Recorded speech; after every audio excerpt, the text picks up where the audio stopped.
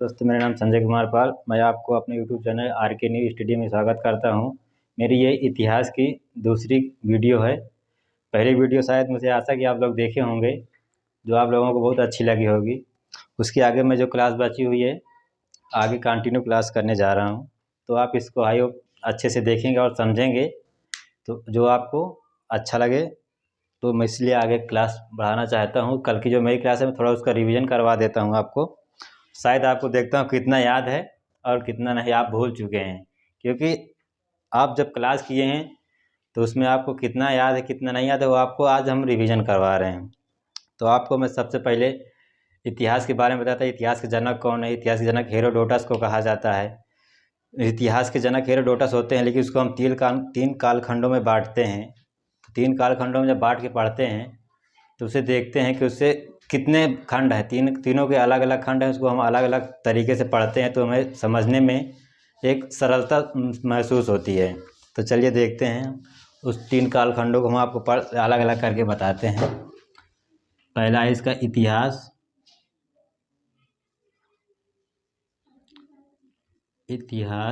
इसके तीन कालखंड हैं जो हम कल पढ़ चुके हैं। पहला प्राग ऐतिहासिक, दूसरा आद्य ऐतिहासिक,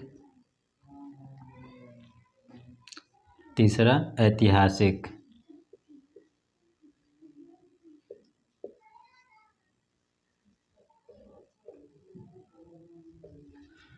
जो प्राग ऐतिहासिक काल, इसे हम पाषाण काल भी कहते थे, जो आप लोग कल पढ़ चुके हैं। पाषाण काल भी कहते हैं। इसके चार रूप थे। पहला पूरा पाषाण काल, दूसरा मध्य पाषाण काल, और तीसरा जो था नवपाषाण काल।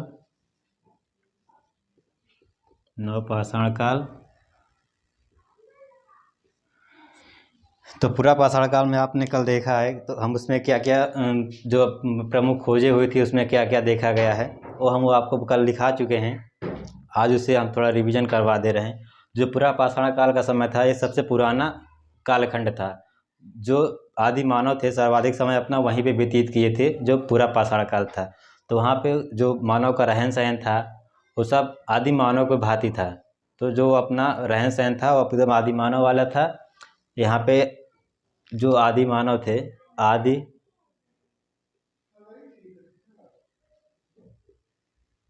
आदि मानव और खाद्य संग्राहक,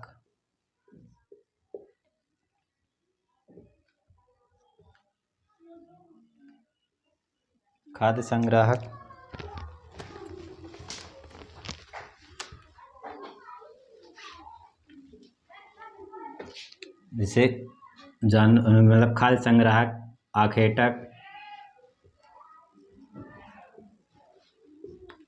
आग की खोज,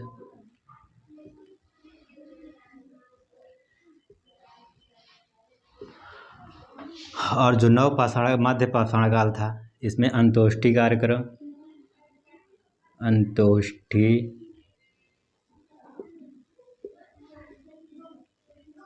अंतोष्टि का जिसे अंतिम संस्कार कहते हैं,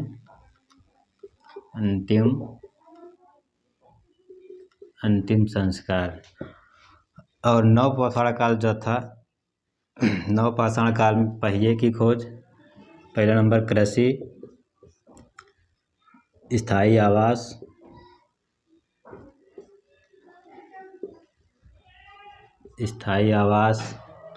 जब आदमी कृषि करेगा तो स्थायी आवास होगा। स्थायी आवास में जब आदमी रहना स्टार्ट कर जाता है किसी एक जगह पे, तो कुछ न कुछ अपना जो पालतू जानवर होता है उसे पालना शुरू करता है। तो सबसे पहला पाला गया पशु जो था, आप पढ़े हैं कल, कुत्ता था।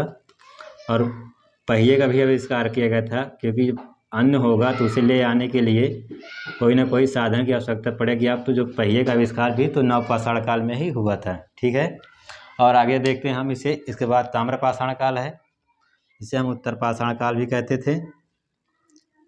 ताम्रपाषाण, इसमें तांबे की खोज हुई थी, इसलिए इससे औद्योगिकीकरण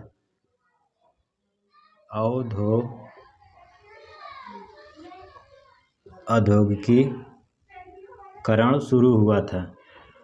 इसका प्रचलन आपको आगे चल के जो सिंधु सभ्यता है वहाँ पे देखने को मिलेगा, क्योंकि जब तांबा मिलना शुरू हो गया था तो आप औद्योगिकरण आप जानते हैं कि तो इंडस्ट्रियल एरिया थोड़ा थोड़ा विकसित होना शुरू हो गया था। तो यहाँ पे अन्न की भी खोज हुई थी, आप कल पढ़ चुके हैं। अन्न की खोज में सबसे पहला जो था जौ और दूसरा गेहूँ था। जौ और गेहूँ था, ये कब खोजा गया था? तो इन दोनों की खोज हुई थी 700 ईसा पूर्व, 7000 ईसा पूर्व, 7000 ईसा पूर्व। कहाँ पर हुआ था? पाकिस्तान में। कहाँ, किस शहर में हुआ था? मेहरगढ़।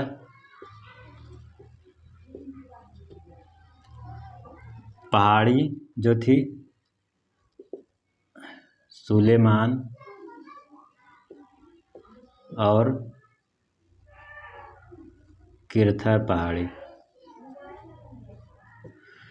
तो सुलेमान और किरथर पहाड़ियाँ जो थी उन दोनों के बीच ये 7000 ईसा पूर्व ये जौ और गेहूँ उगाया गया था। तो आपने कल यहाँ तक पढ़ा है, आई होप आपको ये समझ आएगा, आपको याद भी हुआ होगा, क्योंकि जो हमारी फर्स्ट क्लास थी हम वहाँ तक यहाँ तक देख चुके थे। तो हम इसे रेज करके आगे देखते हैं जो आदि ऐतिहासिक काल में, जिसमें हम सिंधु सभ्यता को रखते हैं, वहाँ पर हम जिक्र करते हैं आपसे।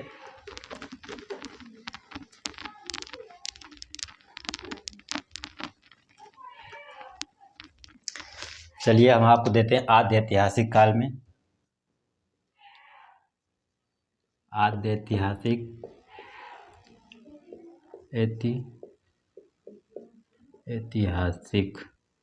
ऐतिहासिक इसमें हम सिंधु सभ्यता को रखते हैं।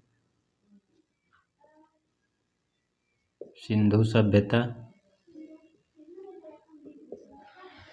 सभ्यता का काल आपसे पूछा जाता है कि इसका विकास कब से कब तक था। तो जो इसका विकास था 2500 ईसा पूर्व से